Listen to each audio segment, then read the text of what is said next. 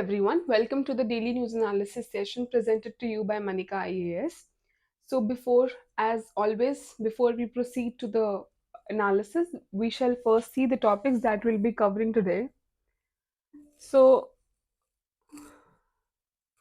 the topics that we'll be covering today are these. But before we proceed, you remember that in yesterday class, I asked you a question while we were discussing daily news analysis that why in present times we are using nuclear fission and not fusion for producing electricity. So the answer to this particular question is because it is very difficult to control fusion reaction at present. However, fission can be controlled in current available circumstances, okay, and technology that we have. That is why we use nuclear fission for production of electricity and not fusion reactions. Okay, so first let's see the topics. So here the first topic is India's smartphone export. So here we'll be discussing about the target, present exports. Then we'll be discussing about Vietnam versus India growth in terms of smartphone export, and also we'll see about the China policy. This is a beautiful article and it has relevance for your mains as well as for prelims. So it comes under GS paper 3 economy. ठीक है. The next topic we will be discussing about PM Awas Yojana Grameen. Here, instead of the scheme itself, we'll be discussing about the sustainability of construction vis-a-vis the climate change. Okay. Then we'll be focusing about India-Greece relation as we discussed yesterday as well, that the Greece Prime Minister is on a visit to India. So here we'll be discussing about the current outcome. Then we'll be discussing about India Middle East corridor. Then we'll also be discussing about Indo-Pacific Ocean Initiative. So we'll discussing about these three things. Then a government has also allowed 100% FDI in space sector. So we'll be considering this also. This is relevance for your mains as well as for prelims under IR GS paper 2. Okay, and it has relevance for GS paper 3, science and technology. Okay, so here under the subtopic of space technology. Okay, so let's see the very first topic, which is your India smartphone export. So the data says that in November 2022, India export has crossed $5 billion marks. Okay, now this is a statement which was made by Prime Minister Modi. So I have written this statement so that you can use it in your answers. See, I always give you the lines that you can use in the conclusion or introduction of your answers to make them more effective. So please take a note of these lines, which are important when it is coming specifically from the governing people of your country. So you please write these. This will help you in enhancing the quality of your answers. So keep a note of it. Write in a diary or something like that where you are writing your topics. There you can write conclusions के अंदर we can add these lines. Okay, so he said soon the whole world will be using made in India phones. Okay, so this reflects the ambition of India. Okay, now the reason that we have seen an uptick in the export, the government has says, is because of the production link incentive scheme. Here they promote export by reducing duties and fees on it so that the export can be encouraged.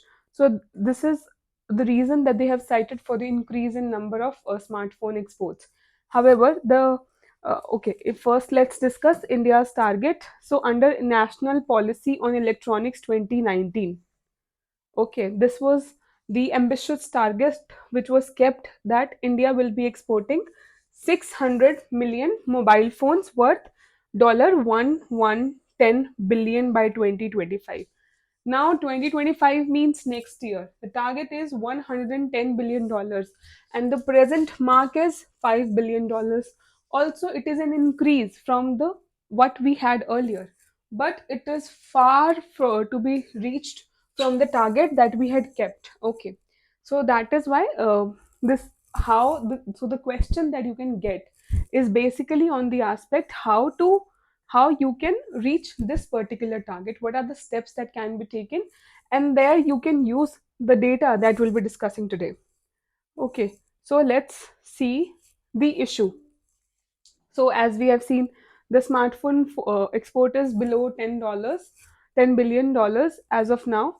And the thing is, while India is producing smartphones, India is producing smartphones, but the thing is, it is not into export as such, and the domestic consumption is taking over the export. Okay, so majority of the smartphones which are produced are consumed in India only. So the second thing is, because we are a demographically rich country, so the thing is you need to improve further production so that you have production surplus, and using that surplus you cater to the export demands. Okay, now here as we'll be discussing China and Vietnam, that India is losing out to China and Vietnam. This is again as per the government due to high tariff on import of mobiles. Okay, this was actually by Router's report.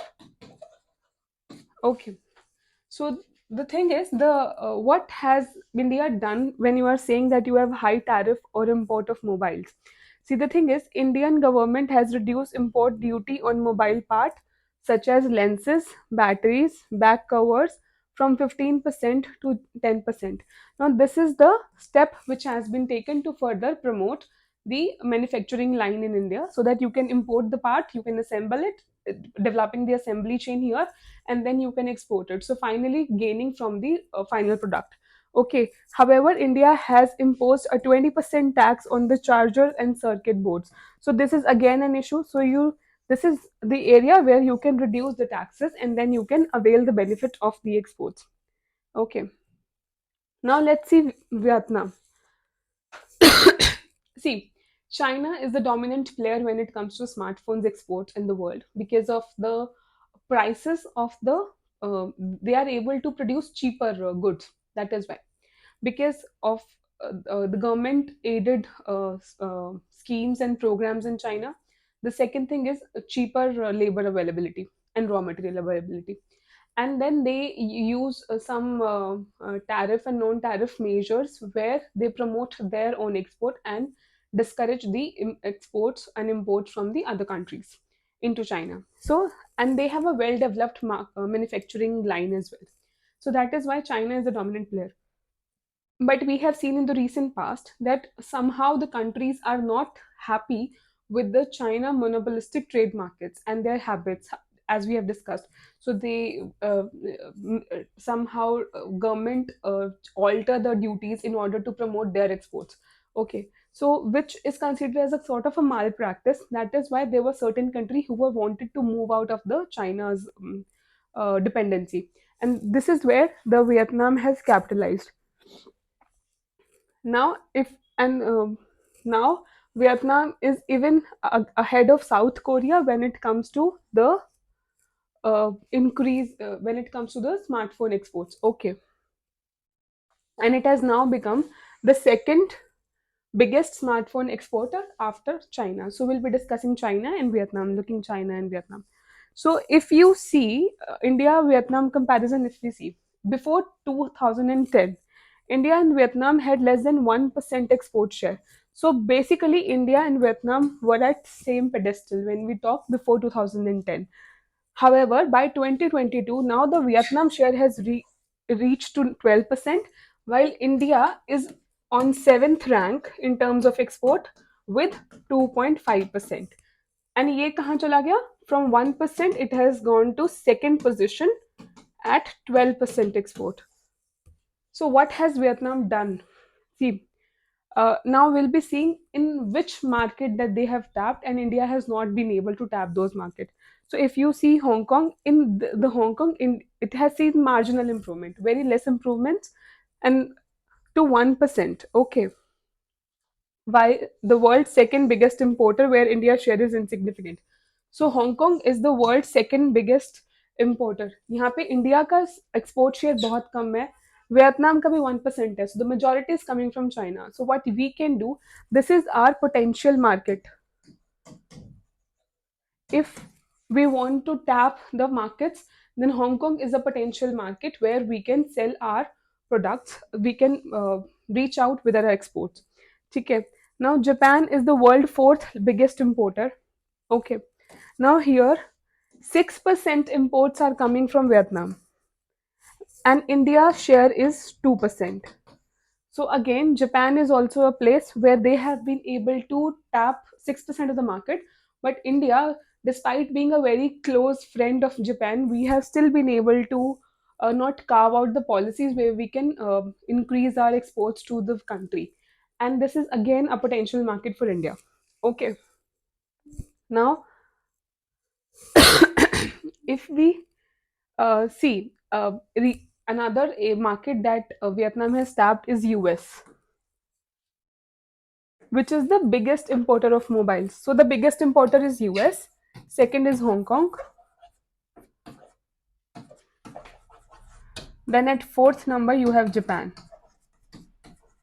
So now tell me which is the third highest importer of smartphones. Answer this question tomorrow. We'll see. Okay. So the fast pace in 2000, between 2018 and 22, Vietnam's share in US market has doubled from 9 to 18%. So now the 18% of smartphones which are imported in US are coming from Vietnam. So it has been able to tap the one of the top four, three of the top four markets. Okay, so and this is where we can come in. We can also tap in and cash in these markets, because still a huge chunk is coming from other countries, specifically when we talk about Japan and Hong Kong. So we can tap those, and because Japan is also a friendly nation, so that this is a place where we can reach to. Now, if you see China, China exports about 50% of the world's smartphone and has a huge share. Okay. Now, if you see Hong Kong, UAE, Czech Republic, US, and South Korea are the other player in the export market. Okay, so China का maximum share है for the reasons that we discussed earlier. Second is by Vietnam. So the largest exporter is China, second is Vietnam, and third is South Korea. And if you see the importer, the largest importer is US, second is Hong Kong, third you will tell me, and fourth is Japan. Okay. Now India, अगर हम India का share देखें, India ने कहाँ पे increase करी है अपनी markets, where has India, India ने भी तो बढ़ाया है ना, तो इंडिया की कौन कौन सी मार्केट में बढ़ा है. UAE and Germany are the world third and fifth biggest smartphones importers. So now we have the answer. UA is the third biggest, Germany is the fifth. So the top five importer countries of smartphones are Hong Kong, second, US first, second is Hong Kong, third is UAE, fourth is Japan, fifth is Germany. And this can be asked in your prelims, so you be aware with it. Okay. अब यहाँ पे Vietnam का share decrease हो रहा है and India का increase हो रहा है. These are the cases, these are the two countries जहाँ पे वियतनाम का डिक्रीज हो रहा है और इंडिया का इंक्रीज हो रहा है. So let's see about the share. India का जो शेयर है इम्पोर्ट्स के अंदर वो 5% था 2018 में, जो 2022 में 13% हो गया. ओके, एंड वियतनाम का डिक्लाइन हुआ 31% से 13%. Similarly, we need to cash in the other markets as well. Now, in Germany, Vietnam share declined from about 20% to 10%, almost 50% रह गया in 2022, while India का increase हुआ 5%, जो कि पहले था ही नहीं, 0 से 5% पे increase हुआ. तो India has gained 5% of the market share and they have reduced it to the 50%. Okay. So अगर हम स्टेट वाइज बात करें तो Tamil Nadu is the leader production exporter of smartphones India के अंदर, which is exporting about 38% of India's mobile. And if you talk about Uttar Pradesh and Kolar in Karnataka are the other leading districts in the smartphone export. So this was about the India smartphone export. So you be aware of the leading exporters, leading importers, and the trend also, and the reason behind increase in exports, and which are the market where India can cash in. So you must be aware with respect to prelims and mains. In both of them can be asked, and specifically your national electronic policy, which has a vision of catering to a market of $110 billion export market by 2025, and where we stand today, we are at $5 billion. Okay, so this is something that you must remember. Now let's come to PM Awas Yojana Grameen. So as we discussed in budget also, the finance minister has announced the construction of 2 crore additional houses over the next 5 years under PM Awas Yojana Grameen, and it has also talking about introduction of a new scheme for the middle class, which is expected to come after June, July, possibly in the next financial year budget. The Because this was an interim budget, so we are expecting another budget by the newly elected government in the month of July, and in that budget we are expecting a new scheme also. So now this is good, because this is a good step when you're talking about that. In SDGs also we have housing for all. So, and otherwise also we want to provide housing for all. This is a government target as well. And if you see the success of PMAY so far, and this is PMAY, not Grameen specifically, it has facilitated the construction of nearly 3 crore rural and 80 lakh urban affordable houses in 2015. So 3 CR rural areas में and 80 lakh urban areas में. So this has been the success of PM Awas Yojana so far. And on this particular success, the government is trying to expand through PM Awas Yojana Grameen, and it will be introducing a new scheme as well. Now, what are the challenges? See here, the thing is that you need to have a quick expansion of houses in order to provide housing to all. But at the same time, you have a problem of that whether the houses are sustainable or not, right? So, the quality of life vis-a-vis environmental concern, that the construction that is happening is sustainable, and the houses, they are thermally sustainable or not. Okay, so these are two kind of question. This is a kind of imbalance that has been created, because see, as the construction activity will go up, naturally what will happen, pollution will go up. And as we want rapid construction, so what will happen as a result of it, rapid pollution, and as a result of which more global warming will take place. So that is why this dilemma is there. And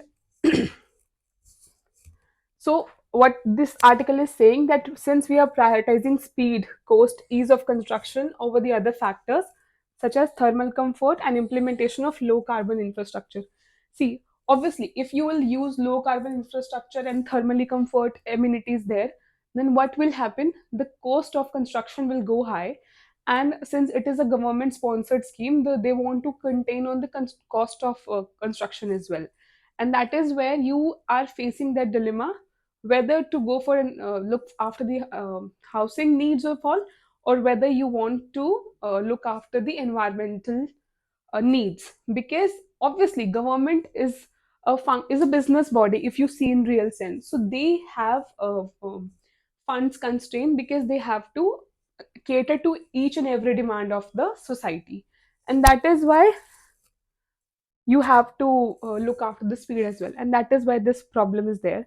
Now what it's saying is, how is, if they use cement and steel without proper insulation, it will result in increased heat gain from the building envelope, causing thermal distress. Okay, so use जो ईंट और cement के जो normal हमारे जो घर होते हैं, अगर हम उनके अंदर ये फैसिलिटीज विदाउट प्रॉपर इंसुलेशन के बनाएंगे, तो उससे एक चीज क्या होगा कि हीट गेन होगा, ठीक है। अब कॉन्सिक्वेंशली अगर हीट गेन हो रहा है तो उसका रिजल्ट क्या होगा? You will have ACs, you will have coolers at home. And if you have increase in coolers, increase in AC, it will cater to the global warming.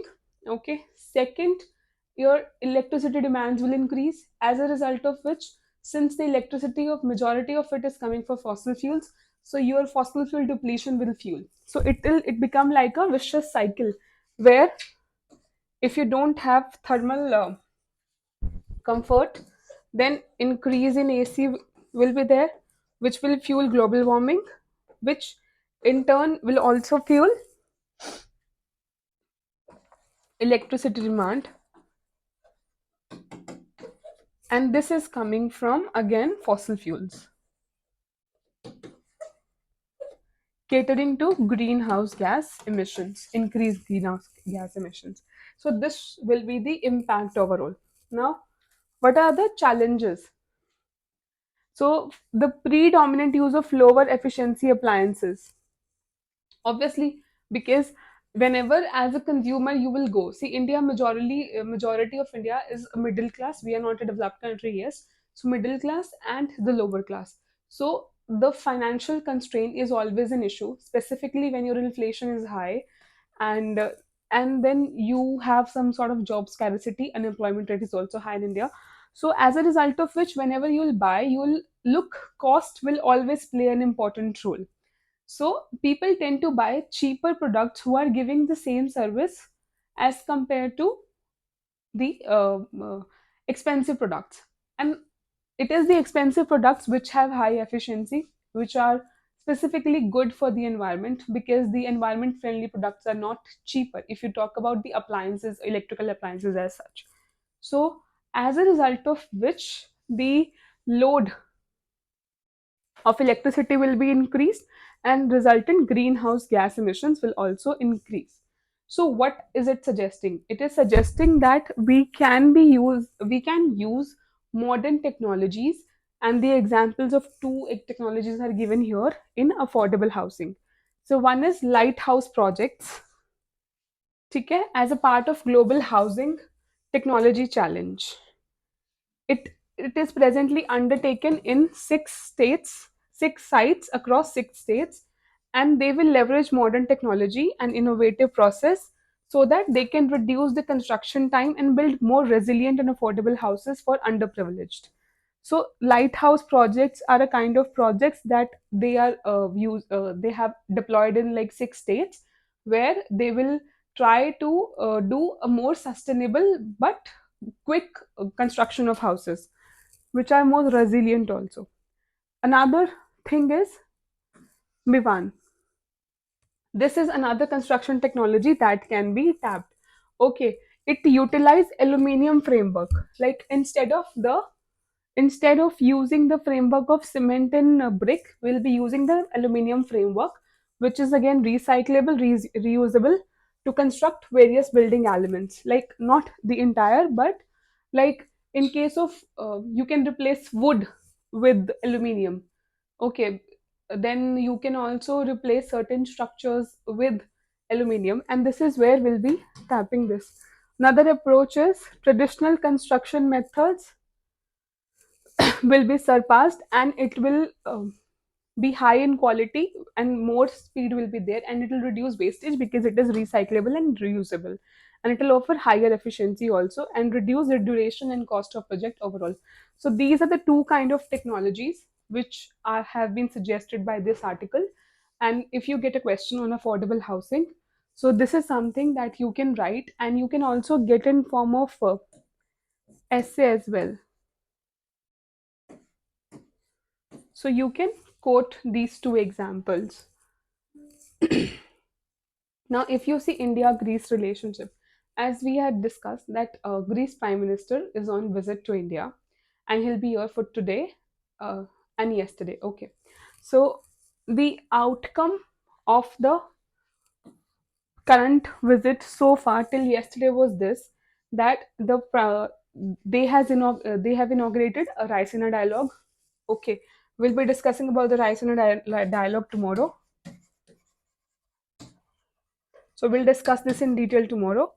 But today, another important thing that the person has said is, the Prime Minister of Greece has said is, that despite of the fact that Israel war is going on, Israel and Gaza, we will go for India Middle East Economic Corridor. Okay, because it has power to have peace. So he has given a uptick to this particular project and inaugurated the Raisina dialogue. Another important thing that both the countries are working, that they are trying to double the trade within India, and a mobility and immigration pact will be put forward, and they will cooperate on co-production and co-development of military hardware. So in order to boost trade, these are the three area they'll be working on: mobility and migration pact and military hardware ka development. So this is something that the countries are tapping in. Another important thing is Greece has decided that it will be joining India Pacific Ocean Initiative.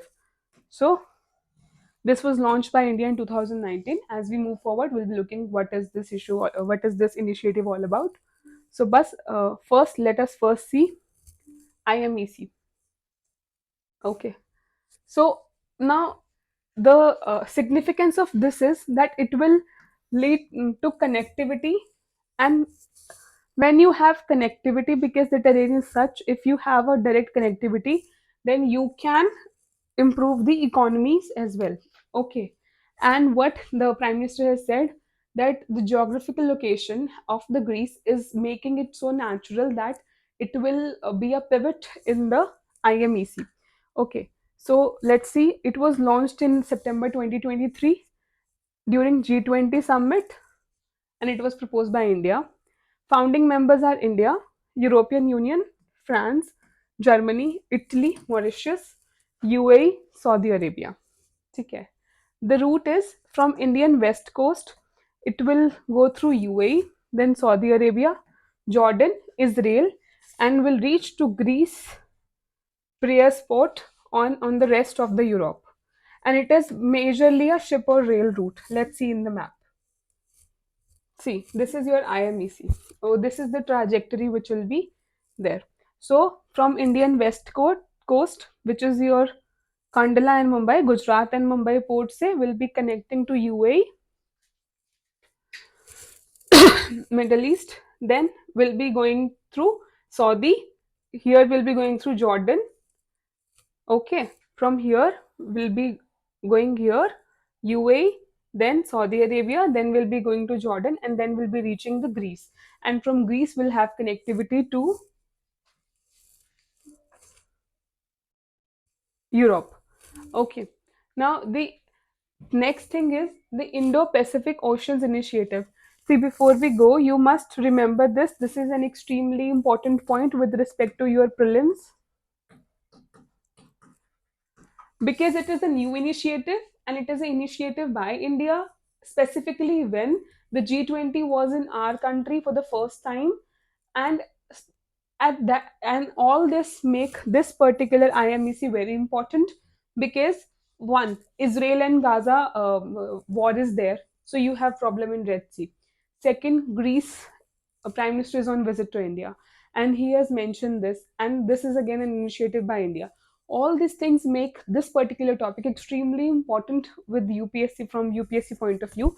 We have already discussed about IMEC in previously also in detail. So in case you want to visit that, I'll share the link in the description box, but you ensure that you know the route specifically. Okay. And then one important thing is, if you see, this dotted line is your sea link, but when you are moving inside, it is your rail link. And here you have sea link. So it is going through, again, I'll reiterate for you, UAE, Saudi, Jordan, Israel, and Greece.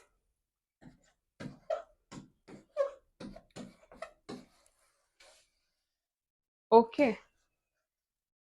So you remember this.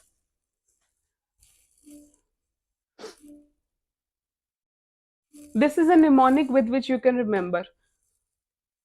Okay.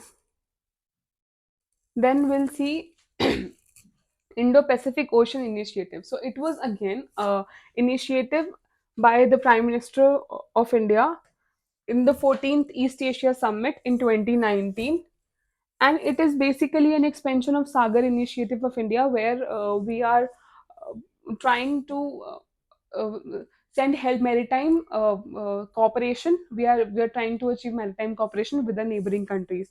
Okay, to facilitate regional cooperation on India maritime neighbors. So basically, Indo-Pacific is open, non-treaty based initiative. It is open for all. There is no treaty that you need to sign for this, and to work together for cooperative and collaborative solutions to common challenges in the region. Now, this is important for you to remember, because in statement based question you can be asked that it is an open treaty based initiative. UPSC prelims के अंदर इन statement based question में they will write it is an open treaty based initiative, but you know that it is a non treaty based. You do not have to sign any treaty to join this. Okay, so that is something that you need to remember, and specifically where in Indo Pacific. Okay, and there are seven pillars: maritime security, maritime ecology, maritime resources, capacity building and resource sharing, disaster risk reduction and management, science, technology, and academic cooperation, trade connectivity, and maritime transport. So, security, ecology, resources, capacity building, resource sharing, disaster risk reduction and management, S&T, academic cooperation, trade connectivity, and maritime transport. So it is covering all the aspect of maritime. Okay, so you remember this.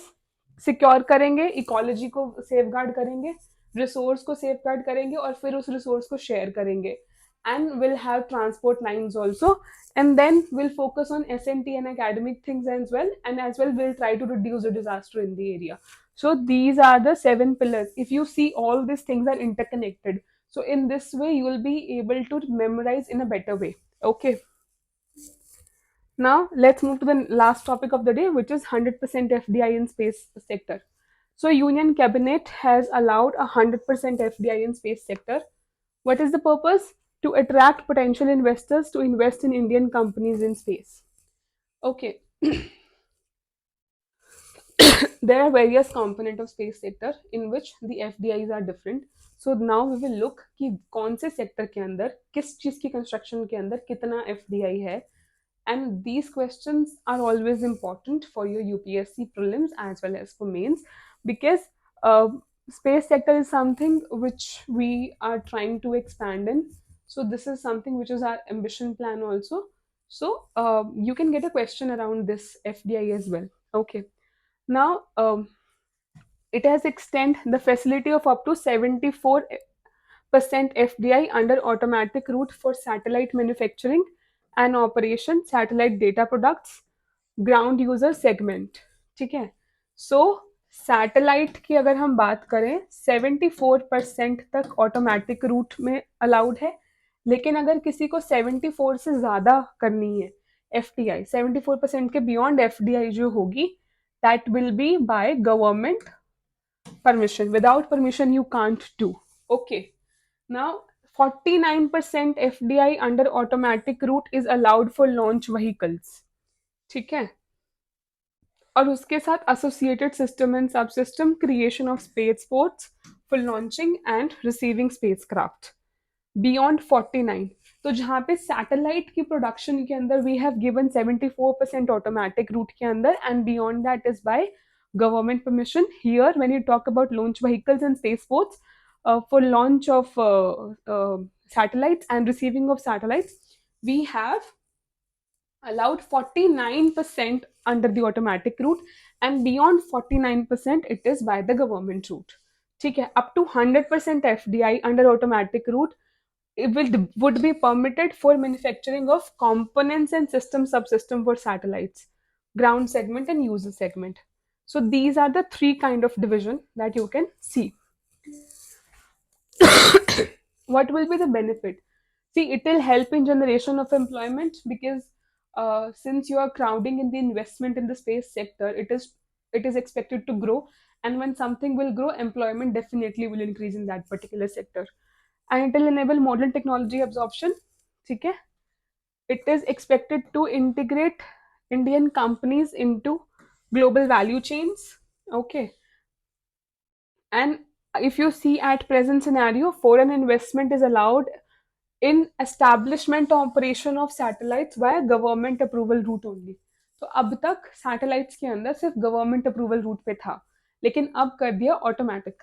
74% तक government की approval की requirement है ही नहीं। और अगर हम components की बात करें उसमें 100% ऑटोमेटिक है, लेकिन लॉन्च व्हीकल में अप टू 49% है। So this is something that you need to remember because it's extremely important from your exam point of view. This was it for today. And if you have any questions, any doubt, you may please ask in the comment section below. And if you want to avail the PDF of the same content, you can please visit the Telegram channel. There you will find the PDF as well.